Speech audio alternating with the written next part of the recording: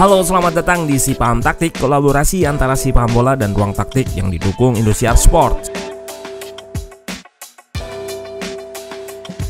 Pada video kali ini kita akan membahas partai big match yang tersaji di grup C Piala Presiden 2022 antara Persebaya Surabaya versus Persib Bandung.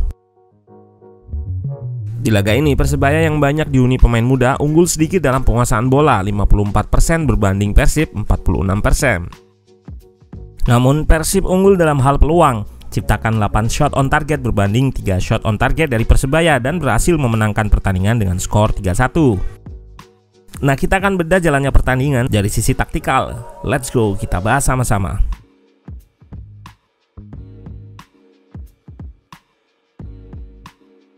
Kedua pelatih banyak membuat perubahan pada starting line up jika dibandingkan di laga sebelumnya. Di kubu Persebaya, Aji Santoso menurunkan formasi 4-2-3-1 dan ada 5 perubahan di starting line up-nya. Dendi Maulana sebagai center back menggantikan Zainuri.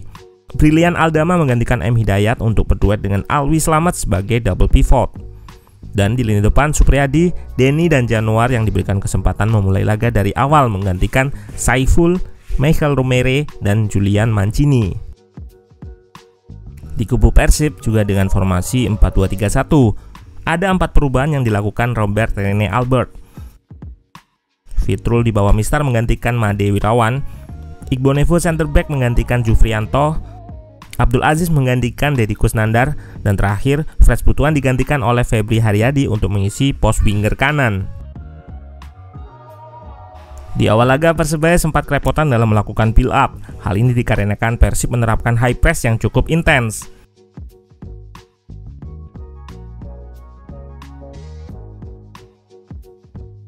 Beckham akan marking Alwi Slamet yang berperan sebagai progresor Persebaya.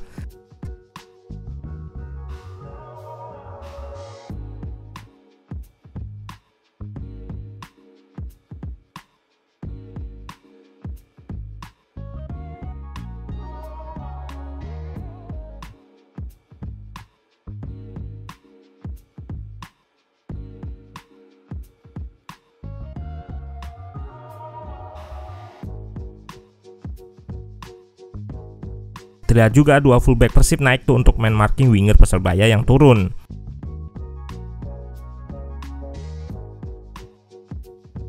Beberapa kali Persib berhasil rebut bola di area pertahanan Persebaya dan menghasilkan beberapa peluang.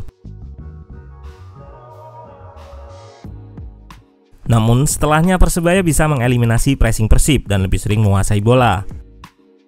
Anak asuh Aji Santoso bisa eliminasi pressing Persib dengan inside press dan pemain depan yang drop untuk ciptakan koneksi dari lini belakang. Di sini terlihat Denny yang berperan sebagai attacking midfielder dan winger kanan Ahmad Noviandani sering turun ke area tengah untuk menyediakan opsi progresi dari lini belakang.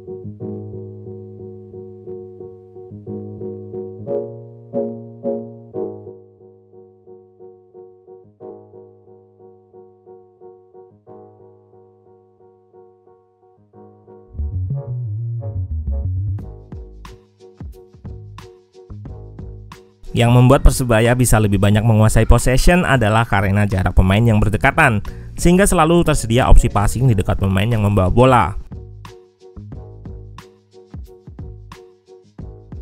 Jarak pemain yang dekat ini juga bisa ciptakan superioritas jumlah atau overload di area tertentu. Terlihat 3 pemain tengah Persebaya, double pivot dan attacking midfielder sering berada dalam satu area. Ini akan mengoverload atau menang jumlah atas double pivot Persib, Beckham dan Aziz. Skema ini juga nampak di proses sebelumnya terjadinya penalti untuk Persebaya, di mana overload lini tengah dan sayap kanan dengan melebarnya Brilian Aldama serta Denny.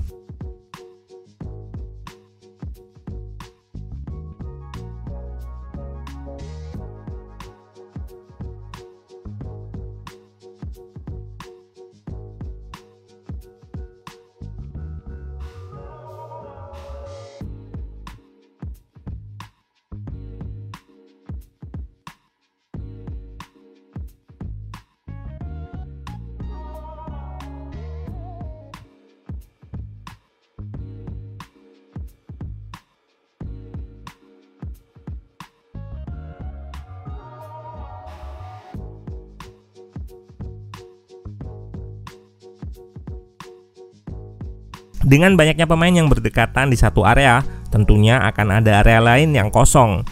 Hal ini yang coba dieksploitasi oleh Persib. Caranya dengan sering mengirimkan umpan-umpan direct setelah merebut bola.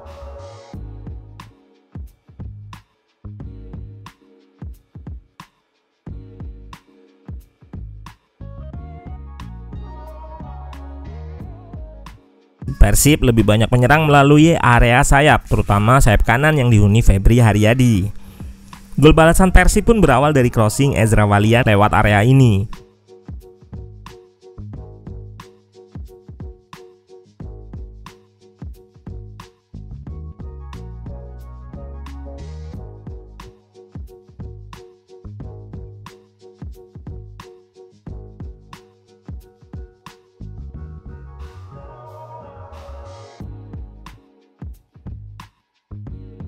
Ezra juga berperan dalam gol kedua dengan memberikan free kick assist ke Nick Kuipers, ditambah dengan kurangnya koordinasi Persebaya dalam menghalau set piece Persib.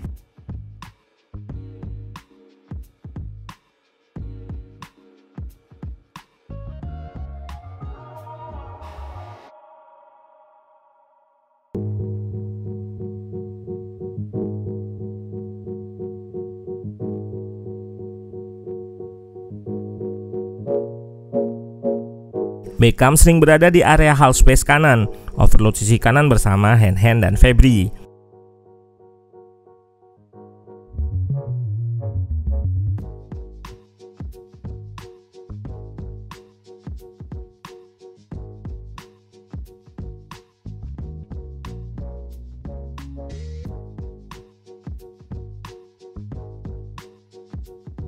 Area half space kanan ini akan selalu terisi. Apabila nggak ada Beckham di area itu, maka Ezra Walian akan melebar ke area tersebut.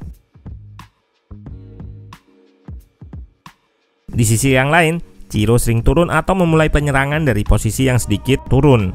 Hal ini dilakukan untuk mendapatkan ruang yang lebih luas untuk okupansi kemampuan terbaiknya, yaitu melakukan penetrasi dengan dribblenya.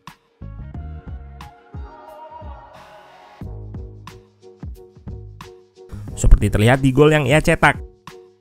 Ciro sangat berbahaya saat punya ruang untuk melakukan dribble dan bisa mengalahkan dua center back Persebaya.